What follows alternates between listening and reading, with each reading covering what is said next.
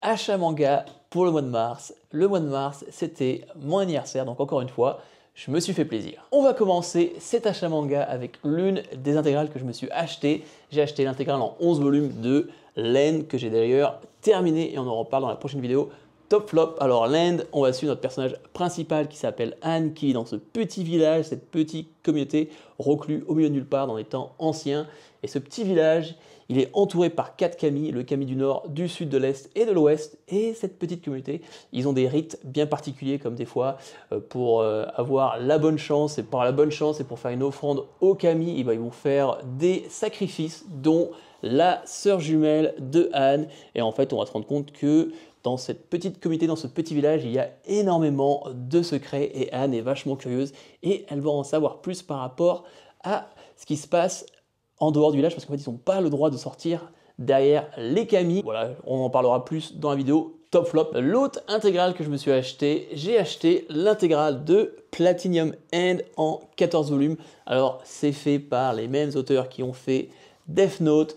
Moi, Death Note, je l'ai lu, ça prend énormément de temps à lire. Par contre, l'histoire est incroyable. Certes, la deuxième partie est un peu moins bien que la première, mais c'est quand même, ça reste incroyable et j'ai adoré la fin. Le truc que j'adore avec Platinum End, c'est chaque bouquin, je ne sais pas si on va le voir là, mais chaque tome, en fait, il y a cette couverture un peu brillante. Franchement, c'est vraiment stylé.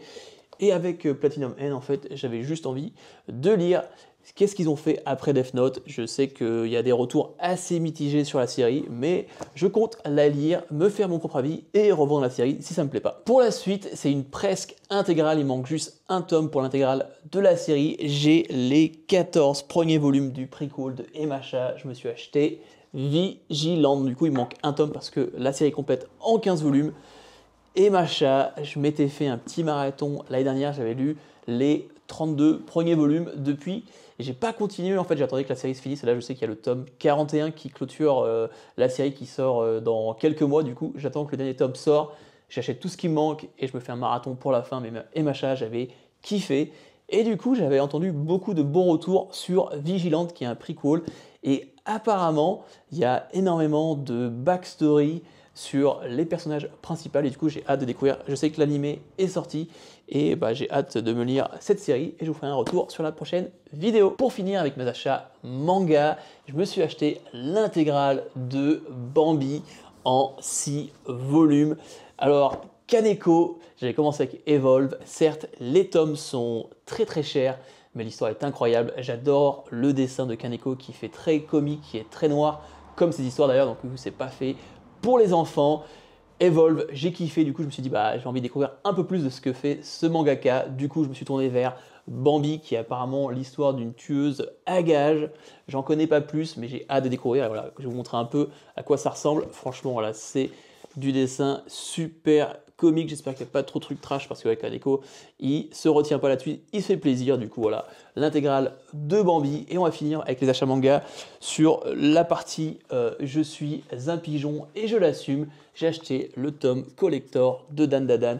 Et franchement, on va pas se mentir, je l'ai acheté principalement pour le tome qui a une couverture alternative parce que là, il y a des cartes, je m'en fous un peu. Il y a des une super sorte de carte postale et aussi le poster. On s'en fout un peu, on va pas se mentir. Le truc qui était cool, il y a aussi un porte-clés que j'ai mis là sur mes clés de voiture.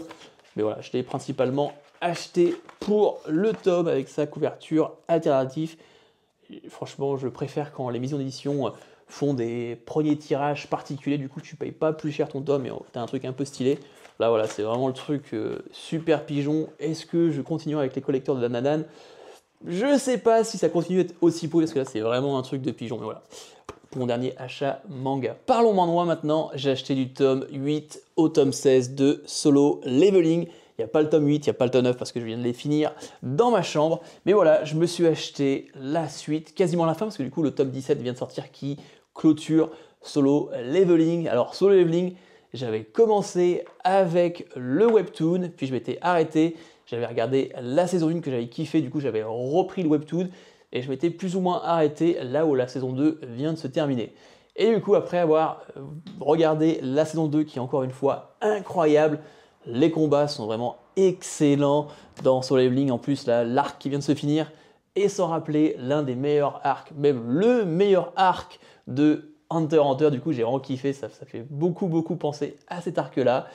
Et du coup, voilà, après avoir fini, ça m'a re-hypé sur la série du coup. Et bah, je me suis chopé les tomes qui se suivent après la fin de la saison 2. Je pense que Solo Leveling, j'ai pas besoin de le décrire. Voilà, on suit un Hunter qui est très stylé. Franchement, il a très rarement de la difficulté, mais il a un flow de malade. C'est vraiment comment dire, pas prise de tête à lire. Du coup, voilà, j'avais envie de finir cette série. Il manquera le tome 17 et ça, je pense me les lire dans les jours qui suivent et du coup, on en reparlera plus tard. Autre manhwa que je me suis acheté pour le mois de mars, c'est déjà un manhwa qui est assez connu, mais je pense que ce sera la prochaine pépite dès qu'il aura un animé.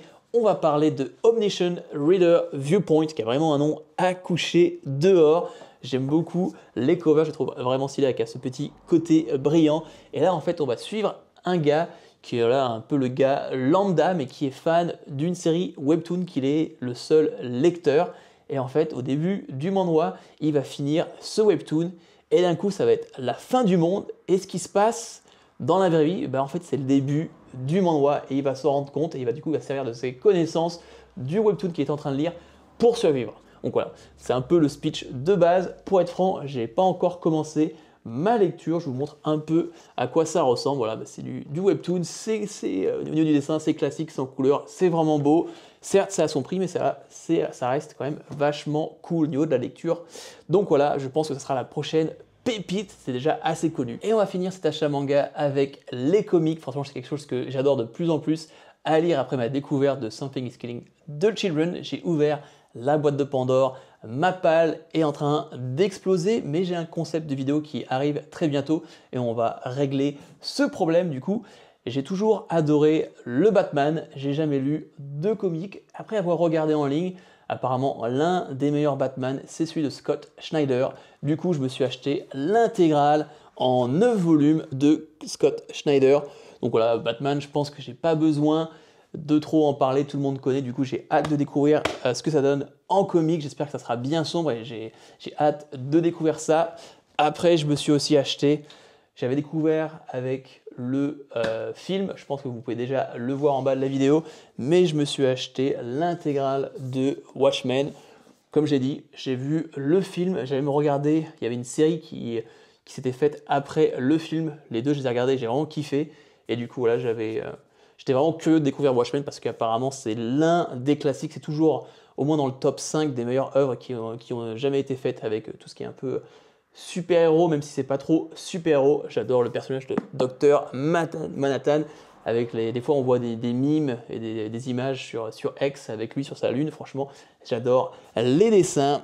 Et pour finir, je me suis acheté l'intégrale à ce jour parce que le comic n'est pas fini, de Saga. Alors pareil, Saga, je connais pas grand chose, je sais juste que apparemment si on aime la science-fiction, c'est l'une des meilleures séries, même si elle n'est pas finie. Du coup, j'ai trouvé un lot sur Vinted et je me suis dit pourquoi pas, comme j'ai dit, ma palle explose, mais franchement, pour des pépites, ça ne me dérange pas du tout.